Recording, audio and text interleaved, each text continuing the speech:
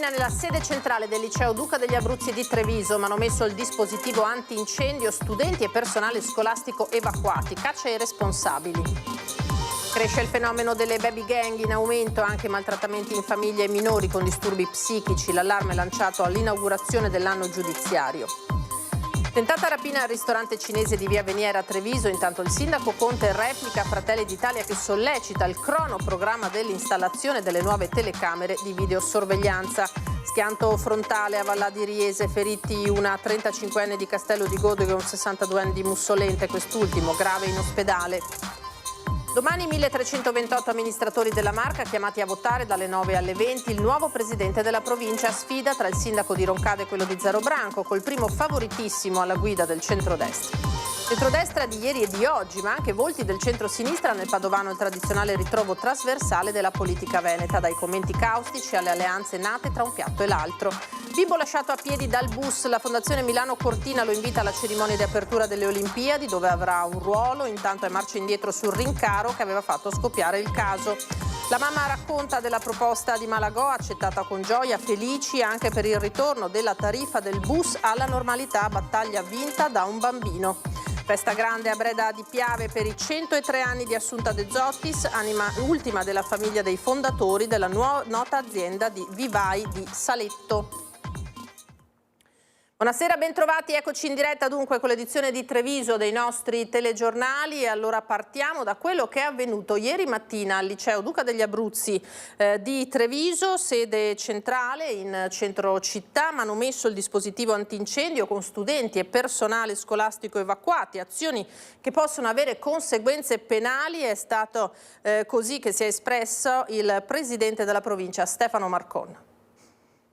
Le informazioni che arrivano è che uno studente ha manomesso l'impianto antincendio, rispetto al quale entro lunedì sarà ripristinato tutto. I tecnici della provincia di Treviso si sono messi subito al lavoro per ripristinare in tempi brevi il dispositivo antincendio manomesso e distrutto giovedì nella sede centrale del liceo Duca degli Abruzzi in via Caccianiga. Il tutto succede intorno alle 12 e appena suonata la campanella della seconda ricreazione, all'improvviso le porte interne iniziano a chiudersi automaticamente. Dagli autoparlanti una voce invita gli studenti e il personale scolastico a prendere le proprie cose e ad uscire dall'istituto. Viene chiarito che non si tratta di una esercitazione. Passano diversi minuti prima che l'allarme rientri e che le lezioni possano riprendere regolarmente. Nessun incendio. Verrà poi chiarito esserci stata per l'appunto la manomissione di un dispositivo antincendio con la conseguente attivazione della procedura di evacuazione di tutti i presenti. Non si tratta di una bravata o di un semplice danno al patrimonio scolastico. Danneggiare un presidio di sicurezza è un atto di irresponsabilità civile che mette a rischio l'incolumità di studenti, docenti e personale. In caso di emergenza, l'efficienza di questi strumenti è l'unica garanzia di protezione, commenta la direzione scolastica. Si sa l'importanza di un sistema antincendio, credo che tutti abbiano visto che cosa è successo esattamente un mese fa in Svizzera. Il ripristino dei dispositivi comporta costi che gravano sulle risorse destinate alla didattica e ai servizi per gli studenti. La scuola, ricorda la dirigente, è un bene comune, un luogo di crescita e di rispetto. Atti di questo tipo feriscono l'intera comunità scolastica e ne tradiscono i valori fondamentali. I ragazzi devono capire che alcune azioni non sono più interpretate come semplici bravate, ma portano delle conseguenze che talvolta sfociano anche in procedimenti penali. È necessario quindi appunto che la gente sia responsabilizzata e in questa questione sarà mia cura come ultimo atto lasciare in eredità al mio successore il perseguire in tutti i modi colui che ha compiuto questa azione. E proprio di ragazzi e giustizia si è parlato anche alla inaugurazione dell'anno giudiziario a Venezia, perché cresce il fenomeno delle baby gang, in aumento anche maltrattamenti in famiglia e minori con disturbi psichici. È stato notato un rilevante aumento delle richieste di rinvio a giudizio in relazione a gravi reati contro la persona, anche per 2 omicidi, il patrimonio e o concernenti gli stupefacenti, commessi da giovani anche appartenenti alle cosiddette baby gang che agiscono spesso ai danni di coetanei. Si tratta di un fenomeno allarmante e diffuso pressoché sull'intero territorio del distretto. Alla cerimonia di inaugurazione dell'anno giudiziario in Tribunale a Venezia, la Presidente reggente della Corte d'Appello, nel parlare del Tribunale dei minori, ha espresso preoccupazione per la crescita del fenomeno delle baby gang, ma non è l'unico aspetto a preoccupare. È il costante aumento dei procedimenti penali per maltrattamenti in famiglia da parte dei figli verso i genitori e dei disagi dei minori stranieri entrati in Italia in età già grande per ricongiungimenti familiari o adozione internazionale. Inoltre nei procedimenti penali è in crescita il numero di imputati che presentano problematiche legate a disturbi psichici o alle dipendenze, ciò che richiede un intervento urgente e non più procrastinabile per l'apertura di comunità sanitarie per minori. Un fenomeno su cui la Regione si sta già attivando. È importante cominciare a sviluppare una giustizia che sia sempre di più targetizzata. Proprio su questo tema abbiamo sviluppato e abbiamo in cantiere l'iniziativa della comunità ad alta integrazione sanitaria per i minori. Per rispondere a questo fenomeno c'è bisogno di risposte concrete e soprattutto risposte che tengano conto di questa evoluzione. La società cambia, il crimine cambia, le tendenze anche del crimine cambiano e c'è bisogno di dare risposte che sanno tener conto di questi cambiamenti. Ma se il fenomeno delle baby gang è in crescita, la presenza della criminalità organizzata sul territorio veneto è costante, ha evidenziato il procuratore generale di Venezia. La presenza del fenomeno della criminalità organizzata di cui l'articolo 416 bis Codice Penale. Le indagini svolte e le sentenze restituiscono la mappa territoriale che vede prevalentemente l'aggressione delle province di Padova, Venezia, Verona e di misura minore di Vicenza. La spartizione territoriale vede dominante la criminalità calabrese indranghetisca, Cosca, Grande, Aracri, Gerace e Albanesi nelle province di Padova, Verona e Vicenza, mentre il fenomeno camorristico interessa la parte orientale della provincia di Venezia. Ancora presente, ha aggiunto poi, nel centro storico, il fenomeno criminoso che si estrinseca nelle estorsioni alle imprese di trasporto riferibile alla cosiddetta mala del tronchetto.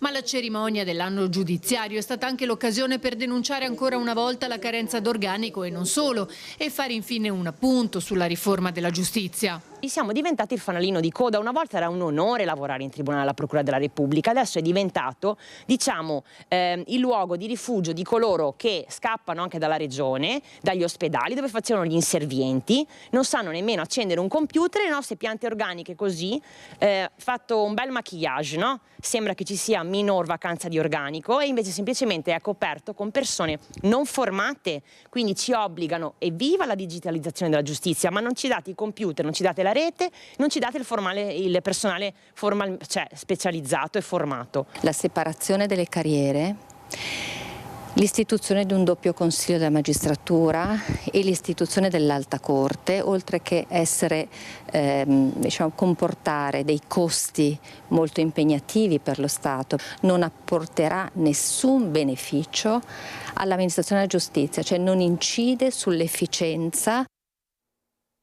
Inaugurazione dell'anno giudiziario che è stata anche l'occasione per affrontare un altro tema molto delicato, il sovraffollamento e i suicidi nelle carceri del territorio, anche alla luce dei recenti fatti avvenuti a Padova.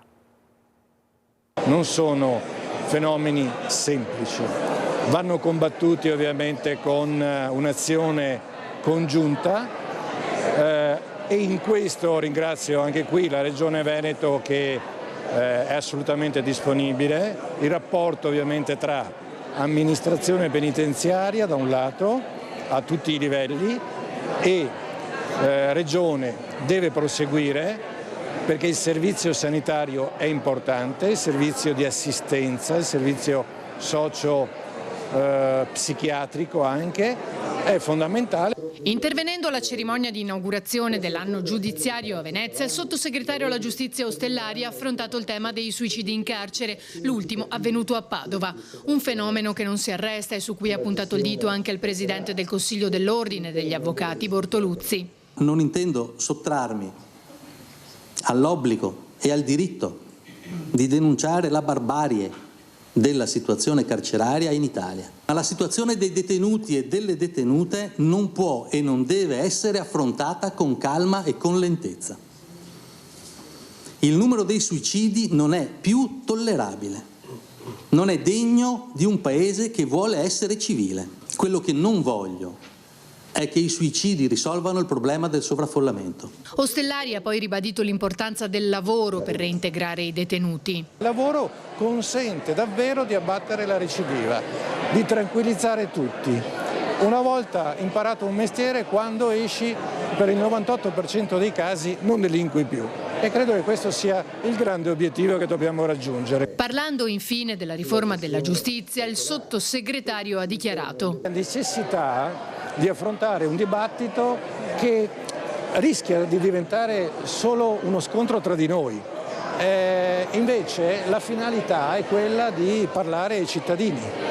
E parlare ai cittadini significa ovviamente spiegare ai cittadini, però spiegare ai cittadini la verità, non le bugie che abbiamo sentito non qui oggi, ma fuori da qualche altra parte, in qualche contesto. Quindi anche chi fa legittima battaglia per il no, va bene, lo faccia, ma non si può lamentare se poi qualcuno sottolinea le bugie. Ecco, le bugie non vanno bene. Tentata rapina intanto al ristorante cinese di Via Veniera a Treviso, con il sindaco Mario Conte che replica Fratelli d'Italia, forza di maggioranza che sollecita il cronoprogramma dell'installazione delle nuove telecamere di videosorveglianza comunali. Un 40enne trevigiano denunciato per tentata rapina e il tema sicurezza che rimane caldo in città, soprattutto all'interno della maggioranza di Cassugana, con il sindaco Mario Conte che rimette ancora una volta al proprio posto gli alleati di Fratelli d'Italia. Mentre la cronaca racconta dell'ennesima incursione in un'attività commerciale, la tentata rapina di giovedì sera al ristorante cinese di Via Venier di fronte alla chiesa votiva, tra il sindaco e i meloniani la sicurezza rimane un fronte aperto. D'altro canto le minacce a personale e clienti del supermercato di Via Risorgimento, come pure il blitz del malvivente che l'altra sera ha cercato con la forza di impossessarsi del contenuto della cassa del ristorante Ya Yuan, sono episodi che spingono Fratelli d'Italia a chiedere maggiori controlli e anche, come ha fatto il consigliere comunale Carlo Alberto Correale, l'esatto cronoprogramma dell'installazione dei nuovi occhi elettronici in città. Di conoscere anche quali siano i tempi per ricevere i fondi a livello statale per l'installazione di questi strumenti che fanno sentire sicuramente maggiormente sicuri tutti i cittadini trevigiani. Il nostro obiettivo è quello di aumentare la sicurezza percepita. Correale ringrazia Conte e ribadisce la buona sinergia all'interno della maggioranza, ma aver sollecitato pubblicamente il cronoprogramma suona inevitabilmente come una critica o alla meglio una sollecitazione all'amministrazione. Io non lo leggo come un attacco, io lo leggo come un po' così voglia di mettere il cappello su un tema come quello delle videocamere di sorveglianza, che in realtà è un tema che mi sento molto a cuore, perché dal primo giorno che sono diventato sindaco nel 2018 ho cominciato un lungo percorso di incrementazione del sistema di videosorveglianza. Conte spiega che i soldi sono arrivati e per l'installazione di telecamere e targa system nuovi occorrerà attendere solo tempi tecnici e burocratici. Queste informazioni sono assolutamente disponibili. Non serviva né l'accesso atti né l'articolo di giornale, bastava semplicemente confrontarsi all'interno della maggioranza. Il sindaco restituisce la punzecchiatura dunque e rincara. Se ritardi ci sono, dice, sono da attribuire ad altri livelli politici. Ricordo che ad oggi questa parte di installazioni è stata rallentata perché non arrivavano i fondi dal Ministero. Andiamo alla cronaca dalle strade adesso, a partire dallo schianto frontale tra due auto a Vallà di Riese, incidente in via Castellana questa mattina fra un 62enne di Mussolente e una 35enne di Castello di Godego. Ad avere la peggio è stato l'automobilista vicentino trasportato con l'elisoccorso a Treviso, fortunatamente a quanto si sa al momento non in pericolo di vita. La donna ferita ma in condizioni meno gravi è stata invece ricoverata a Castelfranco, accertamenti in corso da parte dei carabinieri per ricostruire la dinamica del sinistro. È indagato invece per omicidio stradale il 24enne macedone che ieri sera poco prima delle 21 ha travolto la bicicletta con in sella il 40enne ghanese Michael Adaea uccidendolo nell'impatto. La tragedia si è consumata lungo la Pontebana a San Vendemiano, dove stamattina sono stati posti dei fiori per ricordare la vittima, che abitava poco distante, aveva 4 figli, lavorava in un'azienda di mobili di Pieve di Soligo. L'automobilista ha investito il 40enne mentre stava rientrando da una manovra di sorpasso. Come previsto, questa mattina il cavalcavia di via Zermanese a Treviso è stato riaperto al traffico dopo un importante intervento strutturale. È un'opera che ha fatto ANAS, doveva farla perché era un'opera dovuta a dei cedimenti anche strutturali, quindi era indifferibile nel tempo.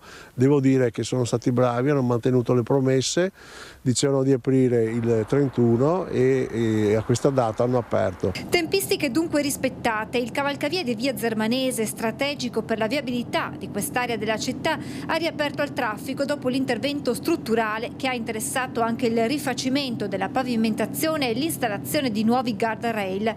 Chiusa dallo scorso 5 novembre, l'opera riapre in modalità di cantiere con segnaletica orizzontale gialla e limite dei 30 km all'ora. Per non avere intralci nel traffico, di notte ci saranno massimo 4 giorni di lavori, circa dalle 9 di sera alle 7 del mattino, per montare le armature, cioè i nuovi pali e la nuova illuminazione. In quell'orario ci sarà un senso unico alternato ma notturno. Cronoprogramma in linea con quanto previsto qui come per gli altri grandi cantieri in città, assicura l'assessore Zampese, che in mattinata ha incontrato insieme al sindaco Mario Conte e al vice sindaco Alessandro Manera i residenti di San Liberale. Si tratta del secondo confronto pubblico dopo il lungo intervento che ha interessato il quartiere. Al centro la viabilità, la programmazione delle opere completate da realizzare, la manutenzione del verde, ma soprattutto il tema delle fognature. Per la prima volta rifatto le linee, le fognature e l'acquedottistica di tutto un intero quartiere, non era mai successo prima, e sarà condotto al depuratore comunale, quindi con una grande valenza anche ambientale. Qui ci sono i problemi di allaccio, quindi c'erano le persone preoccupate per i costi di allaccio dei singoli condomini, eccetera, quindi abbiamo spiegato che con Comune e con l'ATS abbiamo concordato delle modalità flessibili, che quindi non ci devono essere preoccupazioni. La politica adesso, domani sindaci e consiglieri trevigiani alle urne per l'elezione del nuovo presidente della provincia, sfida tra i due primi cittadini di Roncade e Zero Branco. Urne aperte dalle 8 alle 20 a Sant'Artemio per votare il successore di Stefano Marcona alla presidenza della provincia dopo un mandato durato quasi 10 anni. Elettori, sindaci e consiglieri comunali dei 94 comuni della Marca trevigiana, 1328 gli aventi diritto, chiamati a scegliere tra due candidati, il primo cittadino di Roncade, Marco Donadel, e il suo collega di Zero Branco, Luca Durighetto, espressione del centrodestra il primo, civico su cui è confluito il centrosinistra il secondo.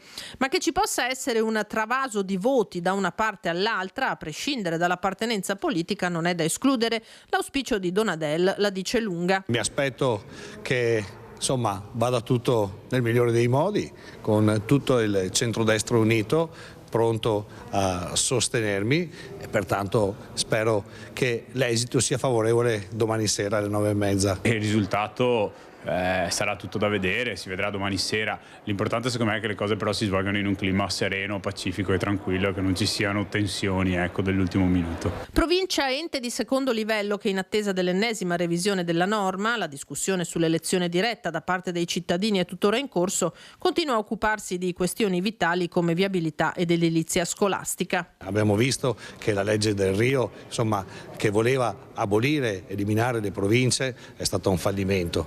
Era stata fatta per ridurre i costi, che i costi assolutamente non sono ridotti, ma anche perché la provincia è un vero punto di riferimento con le competenze che ha su tutto il territorio provinciale. Mi farò portavoce insieme agli altri amministratori che vogliono tornare a dare voce ai cittadini. Elezione diretta, ma soprattutto fondi per svolgere le importanti mansioni che le province hanno, gli fa eco Durighetto, che da presidente si concentrerebbe su 3 tematiche. La sicurezza stradale, e purtroppo il numero di incidenti lo vediamo, le scuole che hanno avuto qualche problema rispetto alla gestione del calore in queste ultime settimane, e il tema della sicurezza. Siamo una provincia che economicamente ancora funziona, che sta bene, dove si vive bene, abbiamo però la necessità di mettere un po' più a fuoco questi 3 focus, quindi la parte di sicurezza stradale, le scuole e la sicurezza.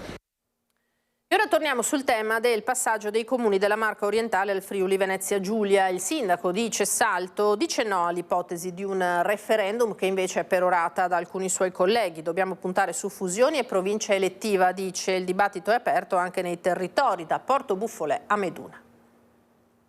Capisco gli amministratori che vorrebbero passare in Friuli, però non è accettabile, non è la nostra storia è a Venezia, il nostro consiglio regionale è a Venezia e guardo veramente con grande ottimismo al nuovo consiglio regionale, alla nuova giunta regionale, al presidente che gode della mia stima. Ci sono tanti motivi per restare in Veneto, dice Emanuele Crosato, sindaco di Cessalto, che così si sfila dal gruppo dei primi cittadini della Marca Orientale che vedono nel referendum per il passaggio in Friuli quantomeno un'utile provocazione per porre il tema delle disparità di trattamento. Non si gioca, fa intendere Crosato, con la volontà popolare, meglio puntare su altre alternative. Risposte che possono essere, guardando in futuro le fusioni dei nostri comuni per dare dei maggiori servizi, oppure quella di un ritorno della provincia nel modello di quello che è avvenuto in Friuli Venezia Giulia, un ritorno a un valore politico della provincia, quindi elettivo e magari con una certa autonomia. Un modello peraltro c'è già ed è la specificità della provincia di Belluno prevista dallo statuto regionale su determinate materie. Come il dissesto idrogeologico, caccia, pesca, in parte anche l'energia, quindi credo che quello sia il modello che la provincia torni ad essere la cerniera tra la regione e il comune. Il dibattito è aperto anche tra i cittadini, da una parte c'è il cuore, dall'altro il portafogli. Bellissimo che il Friuli, no? Però amo il Veneto e ci tengo insomma all'identità veneta. Quindi l'identità viene prima del portafoglio? Penso di sì, perché a lungo termine quello lì fa buono. Io rimango in Veneto, io sono veneto, il Friuli per me non esiste. E ora andiamo al tradizionale ritrovo della politica veneta, per l'appunto, organizzato come ogni anno dall'ex presidente del Consiglio regionale Clodovaldo Ruffato, che in occasione della Magna Porcazio richiama i politici di tutta la regione. Quest'anno la prima edizione dopo la fine dell'era Zaia. Giuro che non mi ero accorto, non avevo pensato di questo, cosa posso disporre?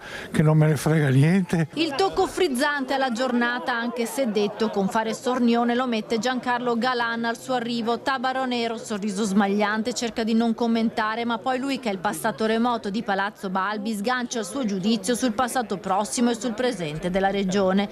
Se lei mi chiede se vedo una differenza fra Cindy Crawford e Elle Macpherson, ecco, posso parlare a lungo perché sono cose interessanti, belle da vedere. Qui cosa vuol che mi interessi? Non ho votato. Non ha votato la regionale? No. Se avessi votato... No, non ho votato per quello, perché non... avrei dato un voto a Bui perché mi è simpatico. L'ex Doge tra i protagonisti della 32esima edizione della Magna Porcazio, l'appuntamento annuale organizzato in un ristorante di Campo San Martino dall'ex presidente del Consiglio regionale Clodovaldo Ruffato. Posso dire che abbiamo il numero legale tra scaduti, o vecchi e nuovi consiglieri regionali, possiamo fare un consiglio regionale perché abbiamo già raggiunto e superato il numero legale. Anni di politica bipartisan riuniti attorno ad un tavolo per omaggiare la tradizione contadina del maiale. Si sa che il cibo unisce e il convivio contribuisce a tracciare nuove alleanze e rafforzare vecchie amicizie al di là degli schieramenti politici. Ma la parte da leone la fanno ancora una volta i protagonisti di un passato che sembra lontano ma che ancora dice la sua sugli equilibri del centrodestra e nemmeno velatamente risparmia fondi all'era Zaia appena conclusa. Galan, seduto allo stesso tavolo, ritrova il suo ex assessore Renato Chisso pronto a benedire il nuovo governatore Alberto Stefani. È un libro bianco dove si può scrivere di tutto, bellissimo, bellissima. È una liberazione. È una liberazione da 15 anni di imperio. E Stefani e tutta la squadra sono persone importanti che possono dare riprendere il cammino del Veneto, far sì che il Veneto riprenda il cammino. Tra un riso al tastasale e un assaggio di Martondè, inevitabili amarcord che vanno da destra a sinistra. Qui si mischiano i partiti, le idee politiche, ma quello è il bello, cioè che si discute anche fra, diciamo, chi ha idee diverse e si cerca di lavorare per il bene collettivo della gente. Dal comunista Pette No all'europarlamentare della Lega Toni Darè, seduto vicino Roberto Marcato, arrivano i neoassessori regionali Elisa Venturini e Dario Bond. Il clima è sempre bello, sempre lo stesso, ci si ritrova in un momento dove in qualche maniera si fa festa, ma nello stesso tempo c'è tanta solidarietà sotto e quindi la voglia comunque di poter contribuire. Tanta tradizione, c'è tanta cultura veneta, c'è tanta voglia di stare insieme e c'è anche un buon mangiare veneto ed è una sorta di tributo all'agricoltura della nostra grande regione. Sfilano consiglieri regionali, provinciali, sindaci, nutrita la presenza dei leghisti, si vede Enoch Soranzo per Fratelli d'Italia, Mirko Patron per Forza Italia, mancano i big Flavio Tosi e Luca De Carlo. Tra battute e pacche sulle spalle il tempo per la beneficenza con il ricavato della giornata devoluto alla Città della Speranza. Ma è stata l'occasione questa anche per delle riflessioni sul futuro della politica del territorio. La bocca piena. Spero che si mangi e basta, visto che ho già parlato anche troppo anche negli ultimi giorni, quindi oggi mi prendo una pausa culinaria e ringrazio Valdo per l'invito. Penso ci sia la massima consapevolezza che far politica e avere le idee e forse averle chiare è un po' difficile, quindi noi siamo qua per schiarirle magari a qualcun altro. Goliardia tra leghisti ed ex leghisti, Roberto Marcato, Maurizio Conte, Luciano Sandonà, ospiti della Magna Porcazio, sembrano dimenticare i pensieri e la fase storica che sta attraversando il Carroccio, tutti insieme allo stesso tavolo con un altro ex leghista, Gian Antonio Darè, che viste le recenti vicende del generale Vannacci si sente un po' un profeta inascoltato. Portare a destra un movimento come la Lega secondo me era sbagliato, mi pare che i tempi mi stiano dando ragione. Nemo profeta in patria. No, è una soddisfazione, ma è una cattiva soddisfazione, perché si poteva fare meglio subito, non ha portato niente, anzi adesso andrà a pescare nel bacino della Lega per fare una sua rete, diciamo, organizzativa sul territorio nazionale e noi gli abbiamo dato l'occasione per farlo.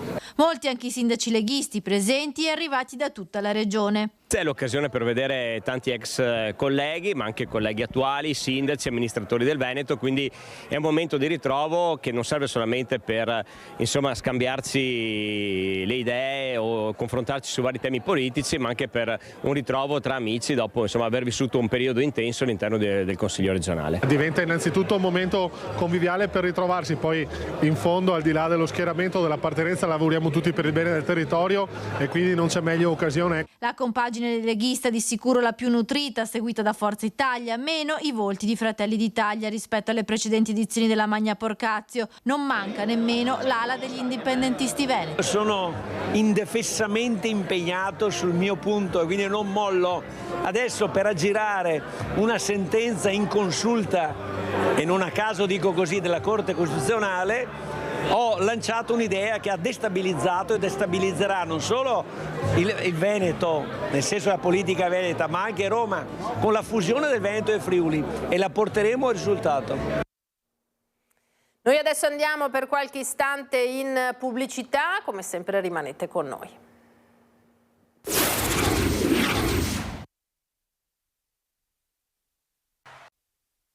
Ben ritrovati, riprendiamo la nostra diretta da studio, edizione di Treviso dei nostri telegiornali. E dunque 2 nuovi macchinari per esami diagnostici sono stati inaugurati ad Asolo. Il taglio del nastro ha sancito l'entrata in funzione di una nuova area diagnostica d'eccellenza a Casella d'Asolo.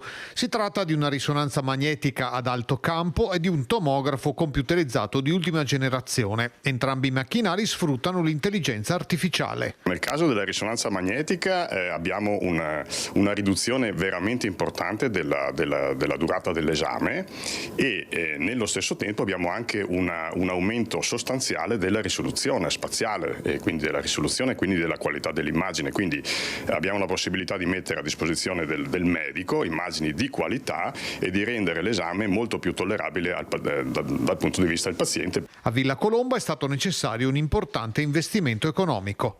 Lo facciamo continuamente per permettere di dare sempre il miglior risultato con la miglior tecnologia presente nel mercato per il servizio migliore per il cliente che viene da noi, insomma. La modernità dei nuovi macchinari si traduce anche in un minore consumo di energia e di materiali. Una risonanza tradizionale utilizza tra i 4 e i 5 ettolitri di elio per mantenere il magnete raffreddato. A questa basta meno di 1 litro. Al centro della scelta la maggiore qualità per le diagnosi dei medici e il maggior comfort possibile per i pazienti. Soprattutto per quanto riguarda la risonanza magnetica, e uno di quei limiti sappiamo è la durata della permanenza del paziente all'interno del tubo del magnete, che risulta sconfortevole e in alcuni casi anche fonte di ansia, oltre alla difficoltà a mantenere la posizione immobile, che è fondamentale per la buona riuscita dell'esame. E dall'altra parte, per quanto riguarda la TAC, la consapevolezza che si stanno utilizzando bassi dosaggi di raggi X, di radiazioni ionizzanti. È un investimento abbastanza importante che ci permette di dare velocità nell'esecuzione della prestazione, ma nel contempo di dare il miglior risultato al paziente stesso e nel contempo di riuscire a diminuire i costi anche di gestione, oltre a mantenere una sicurezza per quel che riguarda il lavoro all'interno dell'ambiente, appunto, dove lavorano le persone, insomma. Sono 27 invece le aziende artigiane che oggi all'Auditorium della provincia di Treviso hanno ricevuto un riconoscimento per aver superato il mezzo secolo di attività. Tra loro anche la famiglia Varisco, artisti dell'incisione sul vetro, con Marco Varisco visibilmente provato mentre parlava di papà Italo.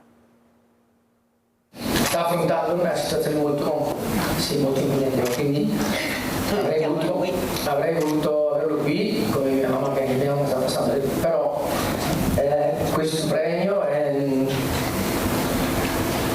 una difficoltà di...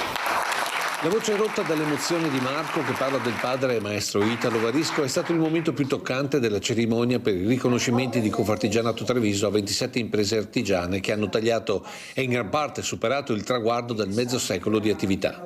Come quella nata nel 1930 da un artigiano del vetro dell'isola di Murano, oggi più che mai legata alla città di Treviso. Non sono solo aziende, sono parte della società, cioè gente che vive all'interno del mondo della società trevigiana. Un patrimonio che in molti casi viene tramandato tra generazioni in un settore dove la manualità è un valore aggiunto, un concetto che sta ritornando ad attrarre i giovani. Ce ne sono quando l'azienda diventa attrattiva.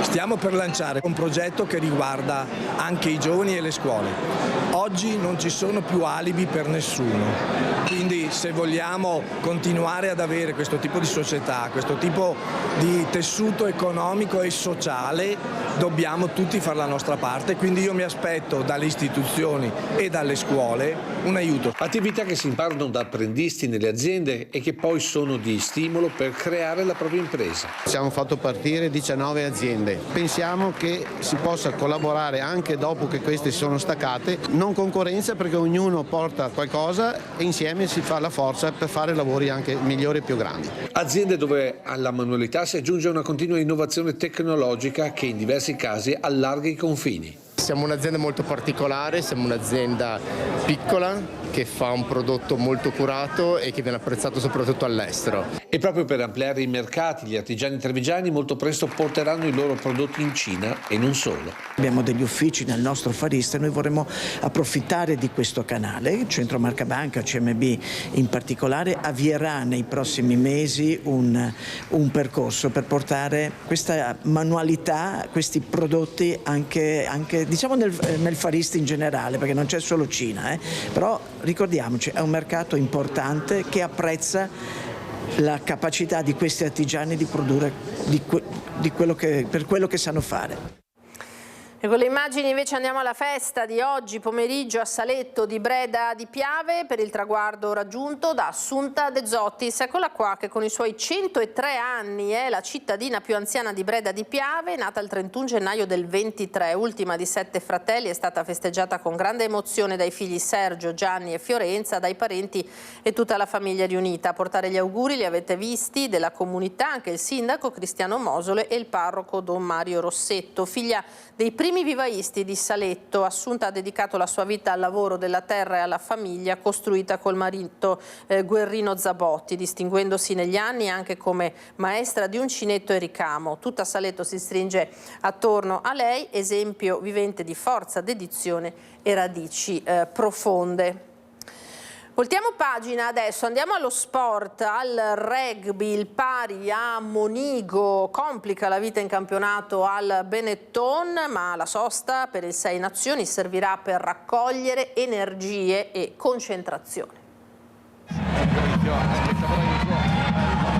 Guizzi entusiasmanti come la vittoria in trasferta a Lione e cali improvvisi come gli 8 punti messi a segno a Cardiff.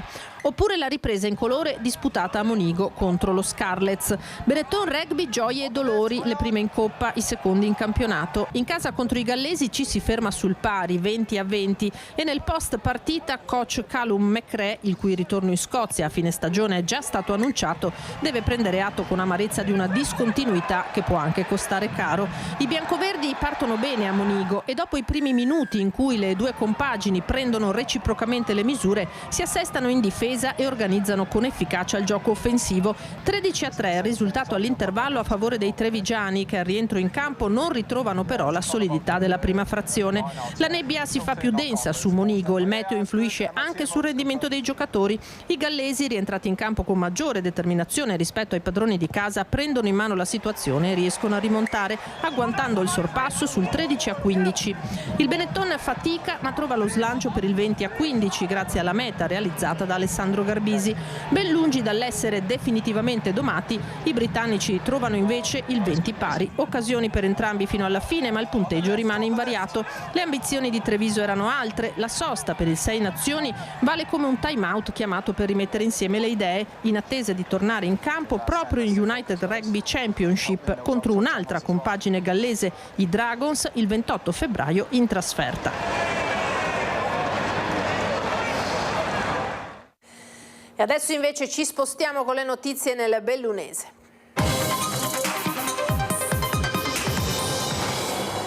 E ripartiamo da quello che è il caso di fatto di questi giorni, molto discusso, con gli ultimi sviluppi perché la Fondazione Milano Cortina 2026 ha proposto un ruolo nella cerimonia di apertura delle Olimpiadi di Cortina al bambino di 11 anni che martedì scorso è stato fatto scendere sotto la neve dal bus che doveva riportarlo da scuola a casa sua. La famiglia ha accettato con entusiasmo e allora abbiamo raccolto le parole della mamma Sole Vatalà.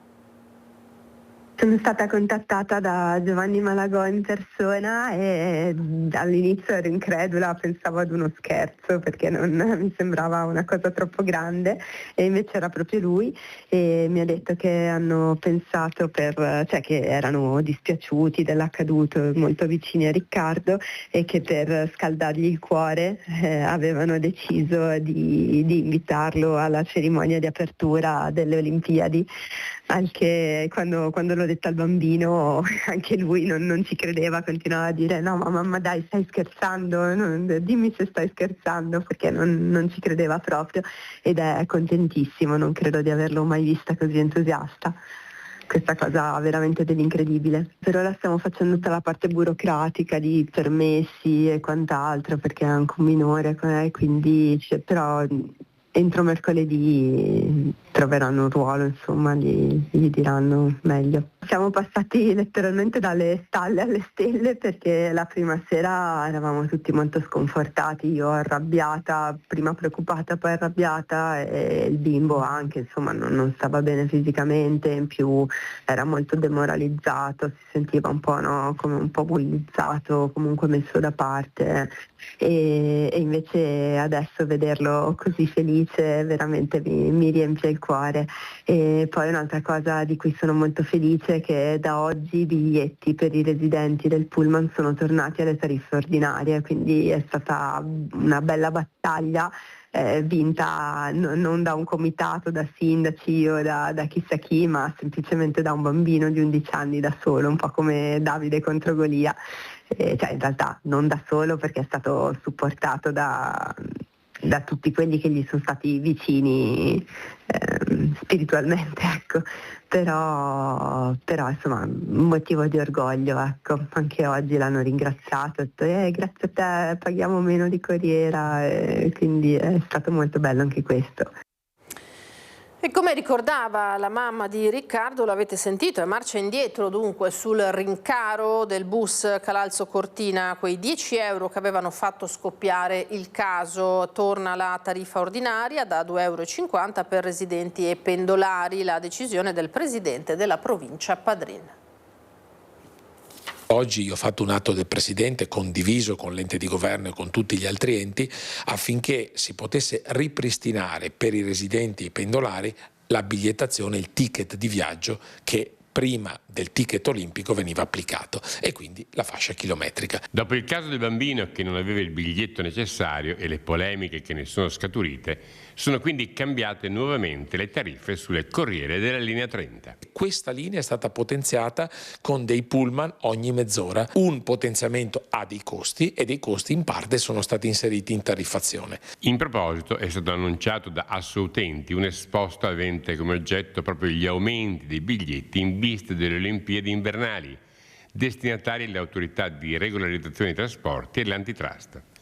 La vicenda porta anche a un altro esposto presentato in procura dal Codacons, che chiede di indagare anche su responsabilità dell'azienda di trasporto e sull'operato degli enti locali.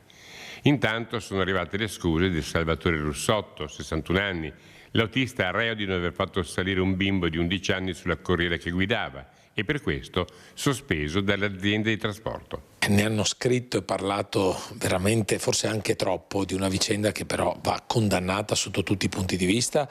Oggi ho letto anche le scuse dell'autista, penso che sia quello che è accaduto è qualcosa di increscioso che non dovrà mai più verificarsi, perché non possiamo permettere a un bambino così piccolo di essere lasciato da solo, al di là anche di farlo scendere dall'autobus. Non è neanche concepibile questo, al di là poi dei 6 chilometri che si è fatto a piedi sotto la neve. Quindi questa è una condanna che ovviamente tutti hanno fatto e io non posso che condividerla. Parliamo adesso invece della cabinovia Polonio Socrepes di Cortina. Simico precisa che i lavori stanno proseguendo secondo cronoprogramma. Dal punto di vista tecnico il tiro della fune è stato completato e si procederà già domani all'impalmatura della fune stessa. Nel corso di questo fine settimana saranno effettuate le verifiche del corretto allineamento delle rulliere in corrispondenza delle 3 stazioni e dei 10 sostegni. A inizio della prossima settimana i lavori meccanici e idraulici saranno completati. A quel punto saranno avviate le necessarie verifiche tecniche di sicurezza, al termine delle quali l'impianto sarà dunque utilizzabile. E dopo le gallerie inaugurate a Tai, in comune di Pieve di Cadore, e a Valle, si guarda ora al completamento della variante di San Vito. L'obiettivo è quello di renderla fruibile entro la fine dell'anno. Sarà aperta al traffico mercoledì della prossima settimana la rotatoria dello svincolo nord della variante di San Vito di Cadore. Una volta che sono state inaugurate le varianti di Tai e di Valle di Cadore, la decisione è stata presa dopo un sopralluogo congiunto di ANAS con il sindaco di San Vito di Cadore, la Fondazione Milano Cortina 2026, la provincia di Belluno e Dolomiti Bus. L'apertura della rotatoria prima dell'avvio dei Giochi Olimpici e Paralimpici invernali è stata richiesta ad ANAS dai principali attori della mobilità dei giochi per migliorare l'accessibilità alle aree di parcheggio e interscambio ideate per l'evento. La loro realizzazione, che non fa parte delle opere di ANAS, è prevista nelle vicinanze del lago di Mosigo e della località Chiapuzza.